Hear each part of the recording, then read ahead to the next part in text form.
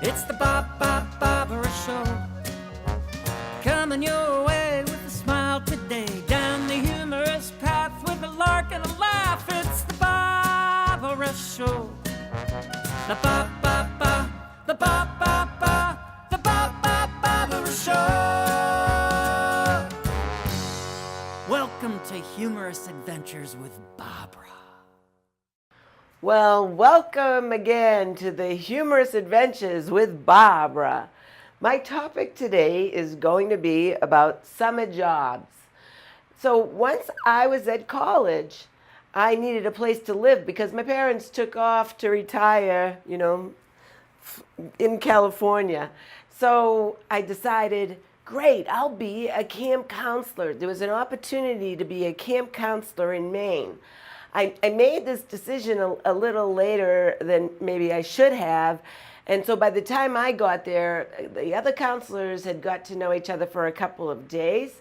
But I showed up when it was third period, and that was swimming, and I went on the dock, and the waterfront director said, well, in order to stand on this dock, I need to make sure you can swim. Well, as I've talked about, I'm a fish in waters. That was not a problem for me.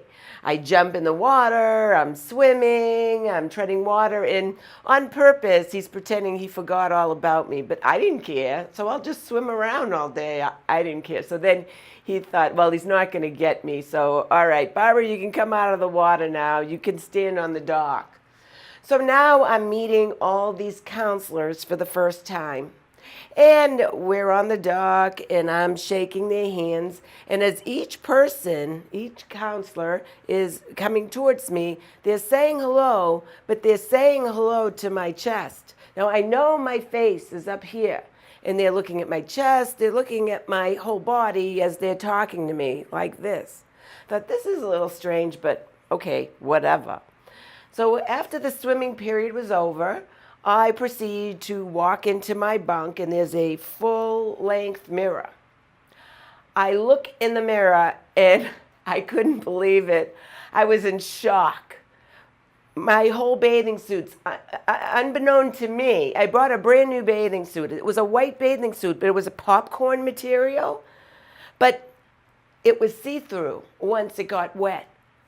So the reason they're all looking, talking to me, looking at my body is because they could see my whole body. And this is how I'm introducing myself for the first time. I talked to this other counselor. I said, why didn't you tell me that my bathing suit was see-through? And she said, it's your bathing suit. I would assume that you knew it. Well, for the rest of the summer, I'm in Maine in the woods, and I had one day off. That was my bathing suit. So the whole summer, I had to wear one of my father's extra large tailored shirts anywhere I was near the water, because I wasn't going to be exposing myself again. Once was enough. So I thought, too, being a camp counselor, I could be a kid again, and I could learn how to do archery the right way. Well, as it turns out, they said, you can swim, you're the boating instructor. So I knew I wasn't necessarily going to learn a lot of things. And what I had, who I was in charge of, is 5 8-year-olds. And we're in a rowboat, and they constantly wanted to tip the rowboat over. And I can swim, but I don't know how well they can all swim. And if they fall out of the boat, and I'm responsible for them, so I had to think of something to get their mind off of trying to tip the boat over. So we would sing. We would sing constantly all these songs. Now, I remember myself as a camper, it was a lot of fun. And even though we were in bunks, these little wooden bunks, and you might think that's roughing it, we would do these overnights, and we would get a tent and sleep on the ground. So one night we were doing an overnight, sleeping on the ground next to a boys' camp, because the next night was going to be this big social where, we're going to dance with boys. And during the night, a mosquito bit me. So when I woke up, I was horrified. Here I'm going to be at the boys' camp for the first time at the social. A mosquito bit me. My eye had swollen up. I looked like I don't know what. I mean, you can relate. I'm sure you've seen a mosquito bite like this, or maybe not. I happen to be lucky. Anyway, I go to the social. All the girls are sitting on a chair on one side. All the little boys are sitting on a chair on the other side. And you wait to get picked.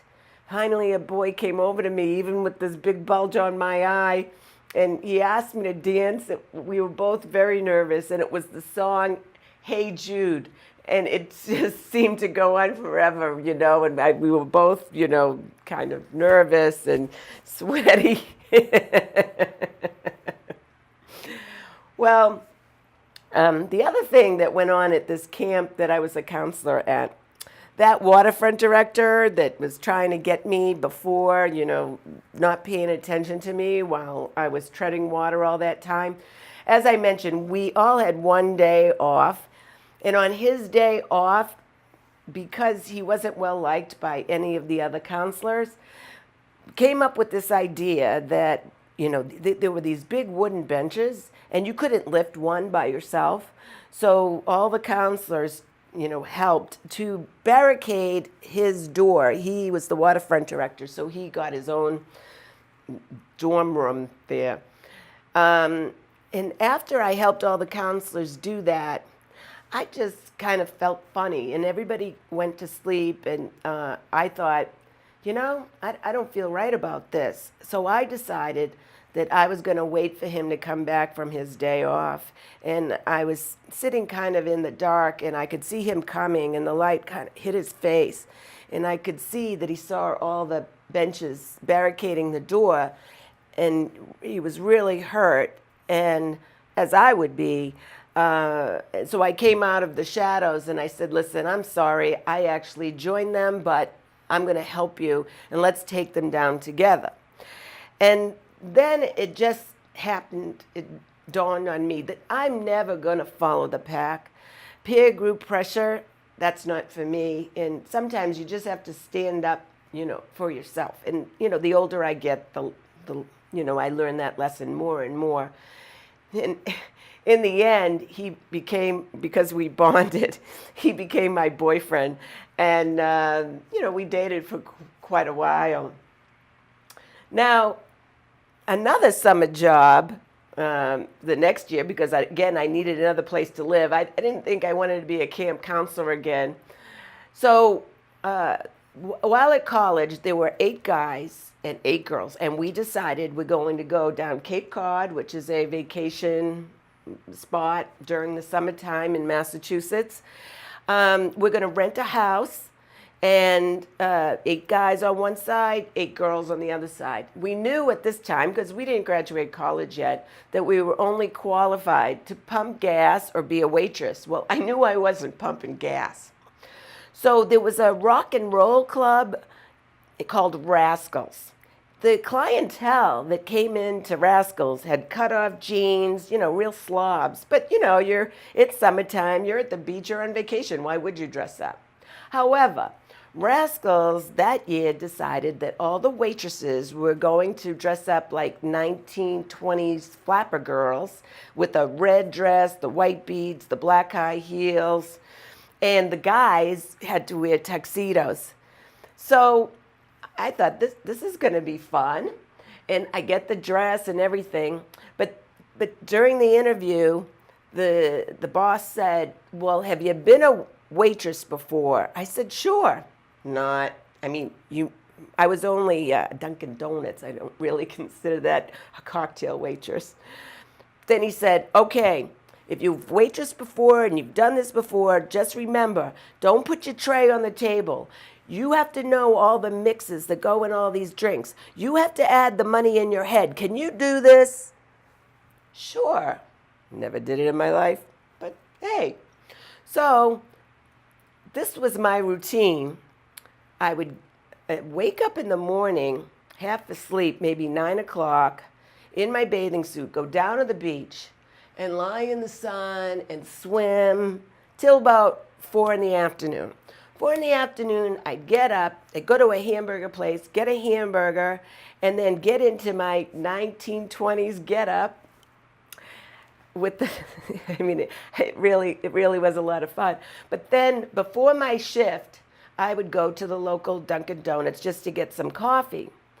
Now, the people at this Dunkin' Donuts, they would tend to be a little older. And the minute I walked in with my red dress, they went, oh, like I was the lady of the evening, which made me laugh inside. But I thought, hey, you know, if they want to make stories up about me, that's fine. So I would get my coffee, go start my shift. First night on the job, I am ready, I'm excited. I go up to the first table and I said, yes, what would you like to drink?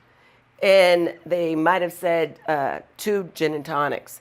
So I go get the drinks and I come back and I put the drinks in front of them, and then they said, we said 2 gin and tonics. These are rum and cokes.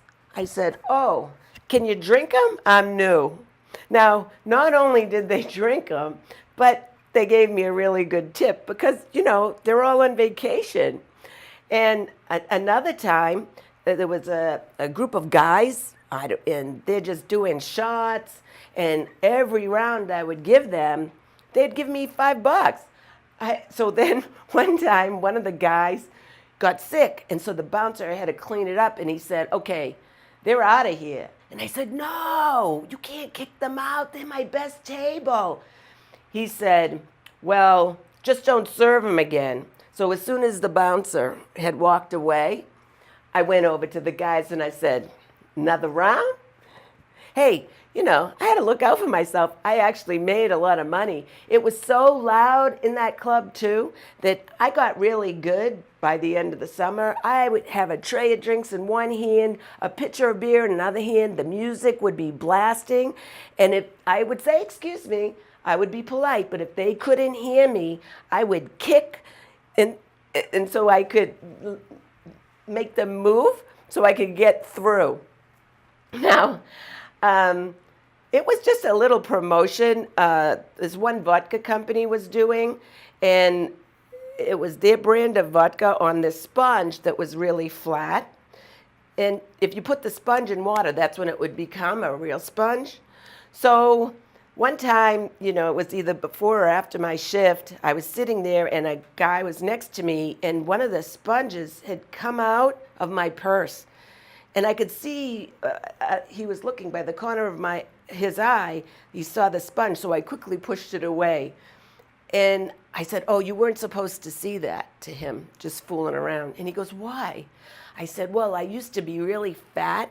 And what I do with this sponge is I take a little corner off, and then I put it in my mouth, I swallow it with some water. So now I'm so full from the sponge that, you know, I lost pounds and pounds.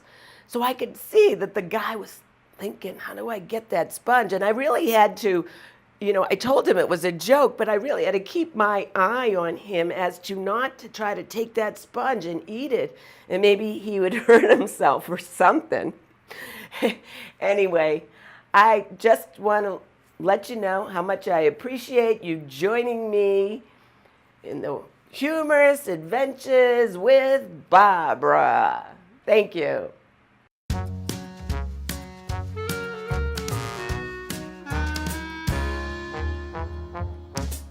It's the Baaaaahbra Show. It's the Baaaaahbra Show. Coming your way with a smile today. Down the humorous path with a lark and a laugh. It's the Baaaaahbra Show. The Baaaaahbra, the Baaaaahbra.